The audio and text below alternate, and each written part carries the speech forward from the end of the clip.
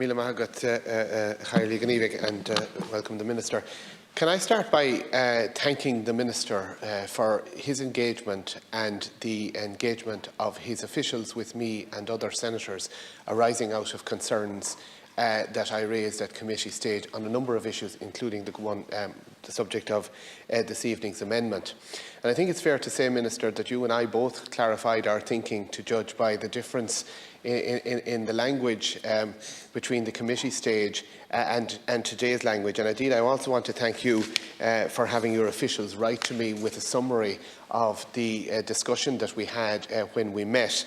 I have not and am not objecting to certain sections which I opposed on the previous occasion, where I had raised the issue about what ought to happen where an advance healthcare directive was silent as to what should happen if the woman was pregnant, where it was refusing treatment.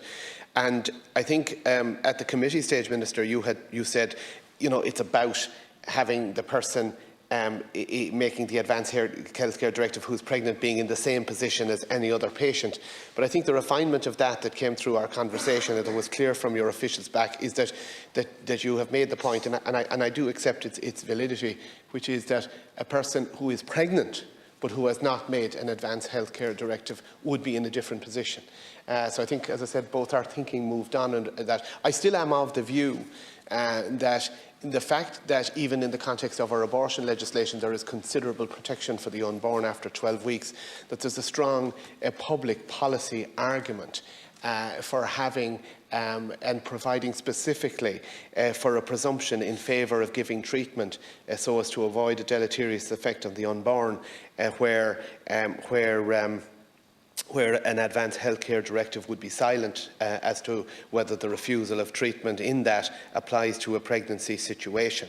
But as I said, that's in a sense water under the bridge. You have made your point. I think there's a certain, as I said, I see a technical force to your argument, but I wouldn't agree that there's somehow some kind of a constitutional necessity to depart from the position that was set out in the 2015 legislation. However, in the course of our discussions with your officials and with yourself, Minister, we also discussed the other amendment that I had raised at committee stage, and that is the one under discussion here this evening. And this, as you rightly said, has to do with the temporary situation where the validity and applicability of an advance healthcare directive refusing treatment is under consideration by the courts. And you seek to ensure in the law, or to continue the assurance in the law that a healthcare professional may continue to give treatment to avoid a deleterious effect on the unborn child, as it is in reality, pending at least the outcome, or pending the outcome of the deliberation about the Advanced Healthcare Directive. We're agreed on that. This is a temporary safeguard to prevent a situation where the unborn child in the womb would suffer damage in circumstances where, in fact, the Advanced Healthcare Directive might not be upheld, or its validity might be in some way in doubt. Now, I just have to correct you on one point. You say that I am seeking to restore the position as it stood after the Dáil debate by restoring, as it were, as you would put it, the 8th Amendment language of the unborn. I am not. My amendment doesn't reference the unborn, it references the unborn child.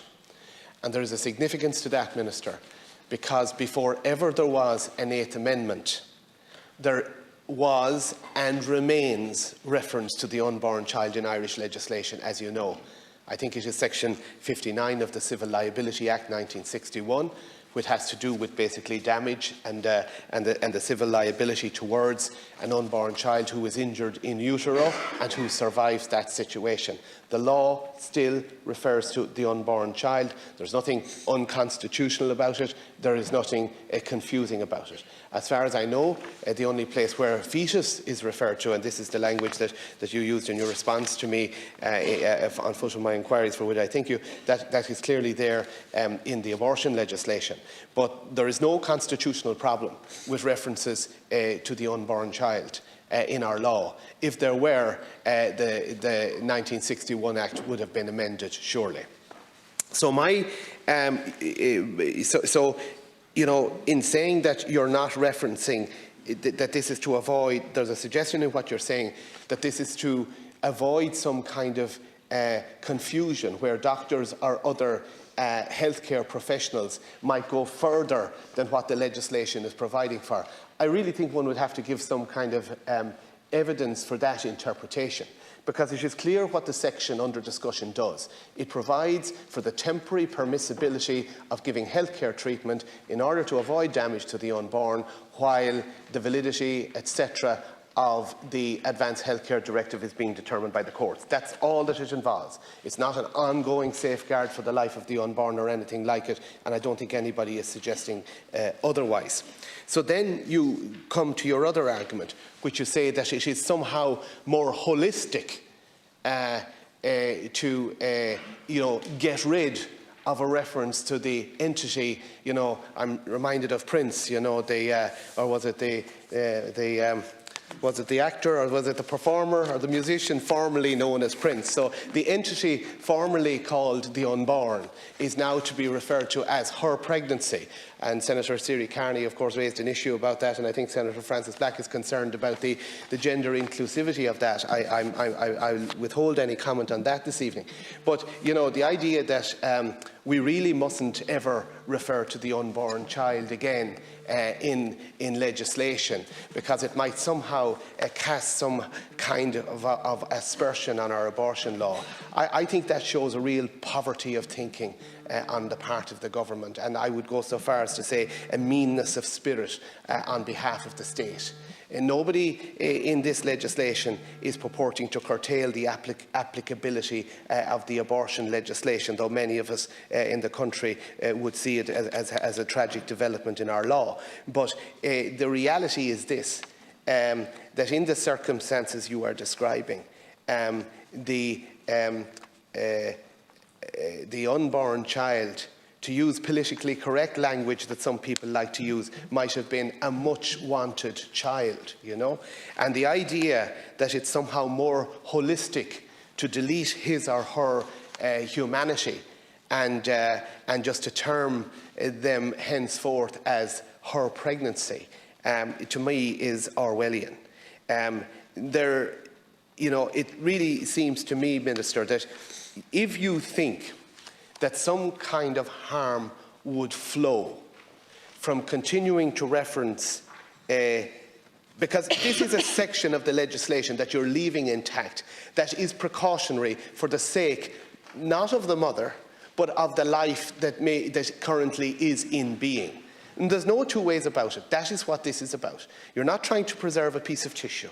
You are trying to preserve a life for the moment until the AHD, which might have consequences for that life, is fully determined and investigated, as it were. So, you're talking about the baby, and it would be tragic indeed if, state officials and government officials just lost the capacity to refer to an unborn child in the womb because lest they might be thought to be somehow subtracting from the abortion rights claimed by some and provided for in the law. And that is a failure to engage in proper discernment about what individual pieces of legislation mean. This piece of legislation is not about the abortion law. It's not going to change it one way or the other. It's a precautionary step to preserve the life of the or to avoid damaging the unborn child pending the determination of an AHD. So it seems to me that one shouldn't go changing language for no good reason. And using a word like holistic is, as it were, to try and kind of cast some kind of whiff of incense over what is being proposed here. But holistic means nothing in this situation. If you were to be holistic, generally speaking, you're being inclusive.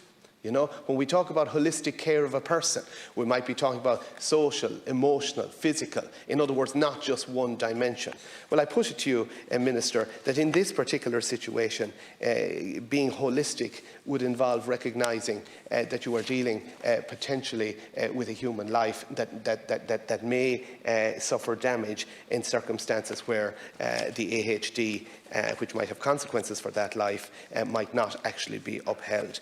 So I got a helpful note from your officials at your request, and I do thank you for it. And as I said, I accept the force of some of the argument in it, particularly as regards the previous issue, which I haven't opposed today, and I'm not opposing those sections.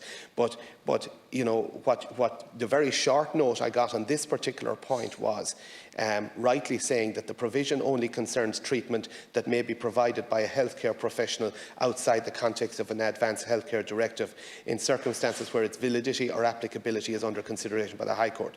In changing the language used from unborn to pregnancy, the amendment ensures that healthcare professionals can provide any treatment required in respect of a pregnant directive maker. Now, you're suggesting that if that language change isn't made, that they might be prevented from doing that. Where is the evidence for that? Where is the evidence? Did you actually need to change the language in order to ensure that healthcare professionals can do whatever? The whole section is providing that they can provide care until such time as the AHD is determined. And the reason they're providing that care is to avoid potentially damaging a life. That is the reality of what the section seeks to achieve. So why can't you say it? Why are we so allergic now?